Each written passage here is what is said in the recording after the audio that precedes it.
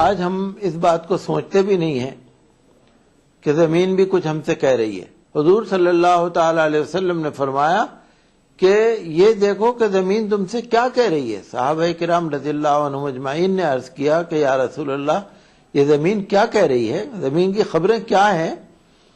تو آپ نے فرمایا زمین کی خبریں یہ ہیں کہ زمین یہ کہہ رہی ہے کہ جو تم میرے اوپر چلتے پھرتے ہو میں اس کا بدلہ لوں گی. اگر تم میرے ساتھ انصاف کرو گے اور اللہ کے ڈر دل میں رکھتے ہوئے اگر تم نیک عمل کرتے رہو گے تو میں تمہیں چھوڑ دوں گی, اور اگر تم نے زمین پر چل پھر کر فساد پھیلایا اور تم نے اپنی طاقت کا یا اپنے روپے پیسے کا ناجائز استعمال کیا, یہ حدیث شریف کا مفہوم ہے, الفاظ نہیں ہے, تو پھر زمین یہ ہم سے بدلہ لے گی. حضور صلی اللہ تعالی علیہ وسلم نے یہ بھی فرمایا کہ ایک وقت ایسا بھی آتا ہے کہ جب انسان مرتا ہے تو انسان جب مرتا ہے تو جب جنازہ جاتا ہے تو جنازے کو لے کر جب لوگ جاتے ہیں تو پیڑ اور پودے بھی دیکھتے ہیں, اور پیڑ اور پودے دیکھ کر اگر کوئی نیک آدمی مرتا ہے تو افسوس کرتے ہیں کہ ہائے یہ ایک نیک آدمی چلا گیا. اور زمین بھی افسوس کرتی ہے, اور حتیٰ کہ پانی کی مچھلیاں بھی افسوس کرتی ہیں, اور ساری کائنات کو افسوس ہوتا ہے. لیکن اگر کوئی آدمی ایسا ہے کہ جس کا عمل خراب ہے اور یا جس نے کہ ایک بدمعاشی پھیلا رکھی ہے یا اس طرح کا ماحول پیدا کر رکھا ہے کہ لوگ اس کا نام سے ڈرتے ہیں, تو پھر اس کے لیے زمین یہ کہتی ہے کہ تو میرے پاس آ جا, میں تو بہت دن سے تجھے دیکھ رہی تھی اور اب تو میرے پاس آیا ہے تو میں تجھے بتاؤں گا, میں تجھے بتاؤں گی کہ میں تیرے ساتھ کیا معاملہ کرتی ہوں, کیا برتاؤ کرتی ہوں. تو یہ ایک معاملہ ایسا ہے کہ اس میں ہمیں یہ نہیں سمجھنا چاہیے کبھی بھی کہ ہم کو کوئی دیکھ نہیں رہا ہے. اللہ تعالی نے فرمایا کہ جو بھی کچھ ہے وہ اللہ کے ہاں ہر چیز ریکارڈ میں ہے. لا یغادر صغیرۃ ولا کبیرۃ الا احصاها, کہ قرآن کریم میں جو بھی نام اعمال میں لکھا جا رہا ہے نہ کوئی چھوٹی بات چھوڑی جا رہی ہے نہ بڑی بات چھوڑی جا رہی ہے, وہ تمام کے تمام اس کے اندر موجود ہے. تو اسی وجہ سے حضور صلی اللہ تعالی علیہ وسلم نے جو یہ پیشین گوئیاں فرمائی ہیں یہ ہماری رہنمائی کے لیے, ہماری ہدایت کے لیے. آج ہمیں یہ تمام باتیں سوچنے کی ضرورت ہے کہ ہم کس طریقے سے, آپ نے ایک مثال دے کر فرمایا کہ ایک وقت ایسا بھی آئے گا کہ لوگ اپنے پیسے کو زیادہ سمجھیں گے, ایک وقت ایسا بھی آئے گا کہ لوگ اپنے رشتہ داروں کو زیادہ سمجھیں گے. جیسے کسی کا جھگڑا ہو گیا یا کوئی حق اور ناحق کی بات آ گئی یا کہیں گواہی دینے کا معاملہ آ گیا یا کوئی مقدمے کی بات آ گئی, تو یہ تو آپ سوچ بھی نہیں سکتے کہ کوئی آدمی اپنے رشتہ داروں کے خلاف گواہی دے گا, یہ تو آپ سوچ بھی نہیں سکتے. تو آپ نے فرمایا کہ تمہارے جو ساتھی ہیں, تمہارے جو دوست ہیں, اس میں رشتہ دار بھی ہیں اور پیسہ اور دولت بھی ہے, اور ایک ہے تمہارا نیک عمل. تو تم کو یہ سمجھ لینا چاہیے کہ تمہارے جو 3 ساتھی ہیں, ان 3 ساتھیوں میں تمہارے لیے کون سا فائدے کا ہے. ایک تو جیسے کوئی ایک عمل ہے تمہارے درمیان, آپ نے کہا کہ ایک شخص نے پوچھا, ایک ساتھی سے پوچھا کہ بھائی میرا تو آخر وقت ہے, تم میری کیا مدد کرو گے؟ اس نے کہا کہ صاحب جب تک آپ زندہ ہیں میں آپ کے پاس ہوں, جب آپ مر جائیں گے میں کسی اور کے پاس چلا جاؤں گا. دوسرے سے پوچھا کہ بھائی تم میری کیا مدد کرو گے؟ کہ بھائی جب تک آپ زندہ ہیں میں آپ کی خدمت کر رہا ہوں, جب آپ مر جائیں گے تو آپ کو نہلا دھلا کر کفن پہنا کر اور پھر آپ کو جنازے میں رکھ کر جنازے کے طریقے پر ہم لے جائیں گے, قبر میں دفن کریں گے, پھر آپ کے لیے دعا کریں گے, پھر کیا کرو گے؟ کہ بس. تیسرے ساتھی سے پوچھا کہ بھائی تم میری کتنی مدد کرو گے؟ تو اس نے یہ کہا کہ میں آپ کی زندگی بھر ساتھ دوں گا, جب آپ مر جائیں گے تو آپ کے ساتھ ہی رہوں گا, میں ساتھ نہیں چھوڑوں گا. جب آپ قبر میں چلے جائیں گے میں آپ کے ساتھ رہوں گا, جب آپ جہاں بھی ہوں گے قیامت تک، آخرت تک میں آپ کے ساتھ رہوں گا، اور یہاں تک کہ آپ جب میدان حشر میں اللہ کے سامنے سوال و جواب پر ہوں گے تب بھی میں آپ کی مدد کروں گا، اور آپ کے ساتھ ہی میں جنت میں جاؤں گا۔ حضور صلی اللہ علیہ وسلم نے فرمایا کہ پہلا جو تھا جس نے یہ کہا تھا کہ آپ کے مرتے ہی میں ساتھ چھوڑ دوں گا، وہ تو ہے تمہاری دولت، کہ جب انسان آنکھ بند ہوئی دولت گئی۔ ایک تمہارے وہ لوگ ہیں جو رشتہ دار ہیں جن پر تم جان دے رہے ہو، جب تک انہوں نے نہلا دھلا کے قبر میں لٹایا بات ختم۔ اور ایک ہے تمہارا نیک عمل، وہ تمہارے ساتھ قبر میں بھی جائے گا، حشر میں بھی جائے گا، قیامت میں بھی رہے گا، ہر جگہ پر تمہارا ساتھ دے گا۔ تو تمہیں یہ دھیان رکھنا چاہیے کہ تینوں ساتھیوں میں تمہارا کون سا ساتھی زیادہ فائدے کا ہے۔ تو یہ ہمارے لیے بہت بڑی ایک اللہ کی نعمت ہے کہ ہم قرآن کو پڑھیں، یہ اللہ کی بہت بڑی نعمت ہے کہ ہم نیک عمل کریں، یہ ہمارے لیے اللہ کی ایک بہت بڑی نعمت ہے کہ ہم اس سے قریب ہونے کے لیے نماز پڑھیں۔ اور یہ بھی اللہ تعالیٰ کا خاص کرم ہے کہ جب کوئی انسان قرآن شریف کی تلاوت کرتا ہے تو چاہے وہ دعا نہ کرے، دعا نہ مانگے، لیکن اللہ تعالیٰ اس کی دل کی تمام دعائیں قبول کر لیتا ہے، ساری مرادیں پوری کر لیتا ہے، اور نیک عمل جو ہے وہ ہمیں کامیاب رکھتا ہے، اور جو اللہ کے رسول نے فرما دیا وہ برحق ہے، اس کو ہمیں پڑھ کر ہدایت لے لینی چاہیے۔ یا رسول یا رسول یا رسول یا رسول صلی اللہ علیہ وسلم۔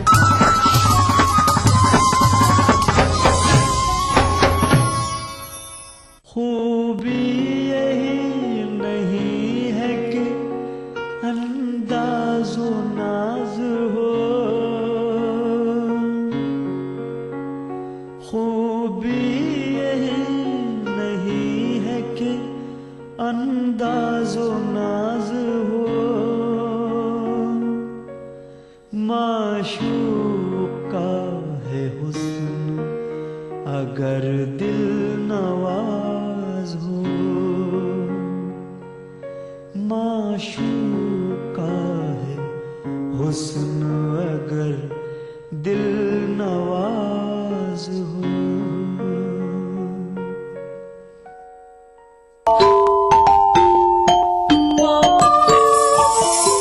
اسلام فار کڈز یعنی اسلام بچوں کے لیے، اس پروگرام میں قرآن اور حدیث کے قصے اور واقعات، حضرت محمد صلی اللہ علیہ وسلم اور صحابہ کی زندگی کے حالات اور اسلامی تعلیمات کے اہم واقعات پیش کیے جائیں گے۔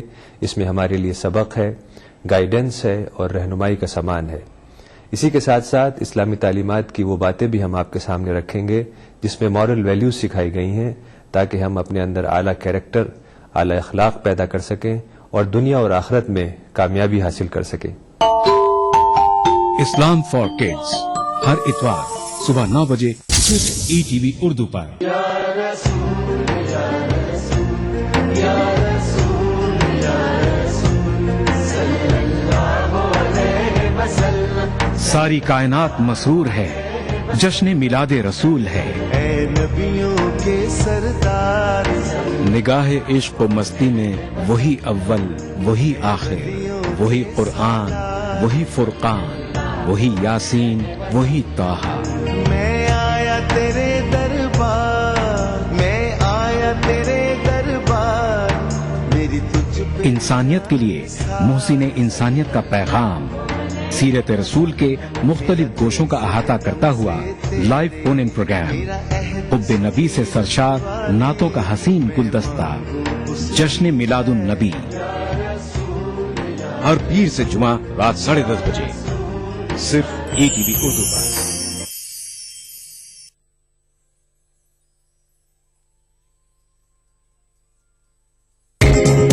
ETV اردو پر اگلا پروگرام